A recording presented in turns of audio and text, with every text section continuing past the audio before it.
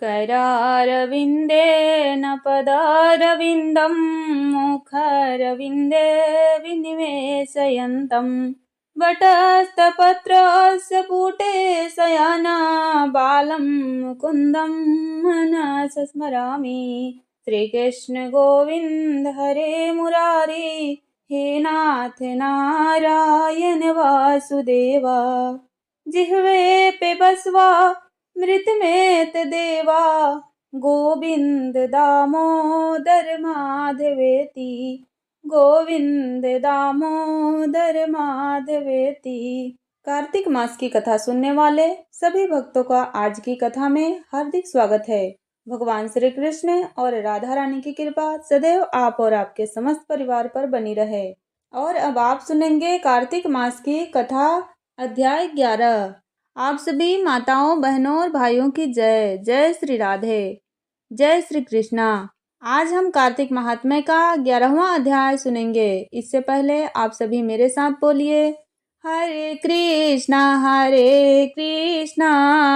कृष्णा कृष्णा हरे हरे, हरे राम राम राम हरे हरे। आइए कार्तिक महात्म्य के 11वें अध्याय को सुनते हैं। नारद जी ने जालंधर के राज्याभिषेक की कथा सुनाते हुए राजा पृथु से कहा, हे राजन, एक बार सागर पुत्र जालंधर अपनी पत्नी वृंदा सहित सभा में बैठा हुआ था।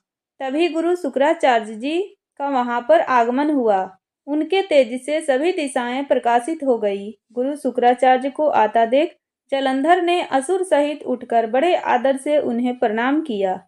गुरु शुक्राचार्य जी ने उनको आशीर्वाद दिया। फिर जालंधर ने उन्हें एक दिव्य आसन पर बैठाकर उनसे विनम्रता पूर्वक पूछा, हे गुरुदेव, आप हमें यह बताने की कृपा करें कि राहु का सिर किसने काटा था। इस पर दैत्य गुरु शुक्राचार्य ने विरोचन पुत्र हिरण्यकश्यप और उसके धर्मात्मा पौत्र का परिचय देकर देवताओं और असुरों द्वारा समुद्र मंथन की कथा संक्षेप में सुनाते हुए बताया कि हे राजन, जब समुद्र से अमृत निकला तो उस समय देवता का रूप बनाकर राहु भी अमृत पीने बैठ गया।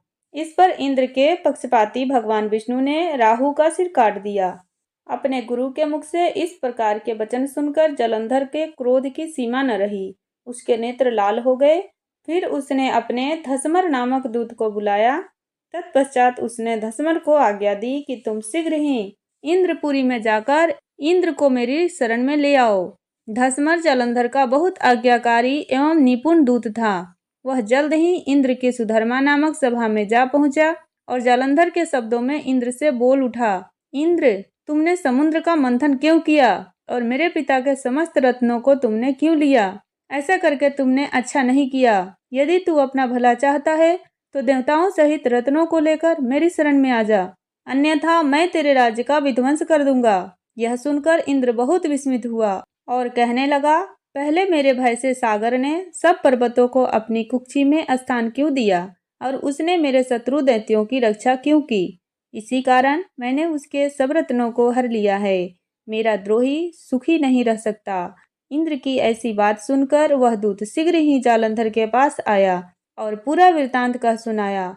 उसे सुनते ही जालंधर क्रोध में भर गया और देवताओं पर विजय प्राप्त करने के लिए उसने सभी दैत्यों को बुलाया। हे राजन, फिर तो सब दिशाओं और पाताल से करोड़ों करोड़ों दैत्य उसके पास आने लगे। शुंभ निशुंभ आदि करोड़ों सेनापतियों के साथ जालंधर इंद्र से युद्ध करने लगा। शीघ्र ही इंद्र के नंदनवन में उसने अपनी सारी सेना उतार दी।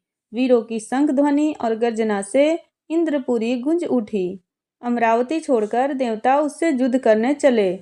भयानक मारकाट हुई। असुरों के गुरु शुक्राचार्य अपनी मृत संजीवनी विद्या से और देवगुरु बृहस्पति द्रोणगिरि से औषधि लाकर मरे हुए देवताओं और दैत्यों को जीवित करने लगे। इस पर जालंधर ने क्रोधित होकर शुक्राचार्य से कहा कि हे गुरुदेव, मेरे हाथ से मरे हुए देवता कैसे जीवित हो रहे हैं?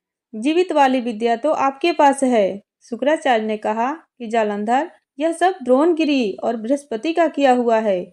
इतना सुनते ही जालंधर ने द्रोणाचल पर्वत को उखाड़ दिया। तत्पश्चात सागर पुत्र युद्ध भूमि में आकर बड़े तीव्र गति से देवताओं का संहार करने लगा। जब बृहस्पति जी औषधि लेने गए तो द्रोणाचल को उखाड़ा हुआ शून्य पाया। और उन्हें याद आया कि यह सब इंद्र के कारण हुआ है। वह भयभीत हो देवताओं के पास आए और कहने लगे, देवताओं, युद्ध बंद कर दो। जलंधर को अब कोई नहीं जीत सकता। पहले इंद्र ने शिव जी का अपमान किया था, यही सब उसका परिणाम है। यह सुनते ही देवता विजय की आशा त्याग इधर उधर भागने लगे और जलंधर निर्भय हो अमरावती में घुस गया। इंद्र आदि सब देवताओं ने गुफा में शरण ली। इतना कह करके अध्याय का समापन होता है। आप सभी मेरे साथ बोलिए, हरे कृष्णा कृष्णा कृष्णा हरे हरे, हरे राम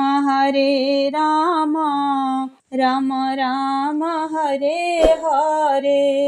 उम्मीद करती हूँ आपको कथा पसंद आई हो। यदि पसंद आई हो तो वीडियो को लाइक कीजिए और चैनल को सब्सक्राइब कर दीजिए। जय राधे श्री राधे। मिलती हूँ अगले वीडियो में, तब तक के लिए राधे राधे।